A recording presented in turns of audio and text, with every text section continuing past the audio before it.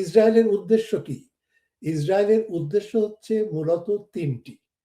একটি হচ্ছে যে গ্রেটার ইসরায়েল, অর্থাৎ মিশর থেকে শুরু করে সৌদি আরবের কিছু অংশ, জর্ডানের কিছু অংশ, লেবাননের কিছু অংশ নিয়ে একটা বৃহত্তর ইসরায়েল গড়ে তোলা, এবং এই বৃহত্তর ইসরায়েল জায়নবাদের উপরে প্রতিষ্ঠিত হবে এবং সমস্ত এলাকাকে তটস্থ রাখবে, সন্ত্রস্ত রাখবে এবং এলাকার উপরে তার কর্তৃত্ব এবং মোড়লগিরি সে প্রতিষ্ঠা করবে।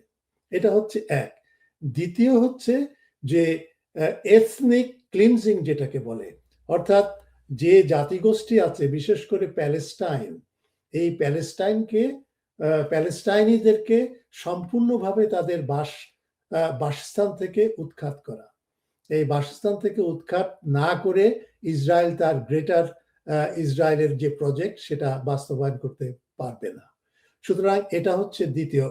এবং তৃতীয় হচ্ছে যে যদি এই এথনিক ক্লিনজিং যদি সামরিক পদ্ধতিতে সম্ভব না হয়, তাহলে তৃতীয় পথ হচ্ছে জেনোসাইড করা। জেনোসাইডের মাধ্যমে এবং তাদেরকে খাদ্য থেকে শুরু করে, পানি থেকে শুরু করে, বাসস্থান থেকে শুরু করে তাদেরকে সবকিছু থেকে বঞ্চিত করে এই জনগোষ্ঠীকে সম্পূর্ণ একটা গণহত্যার মধ্যে দিয়ে ধ্বংস করে দেওয়া।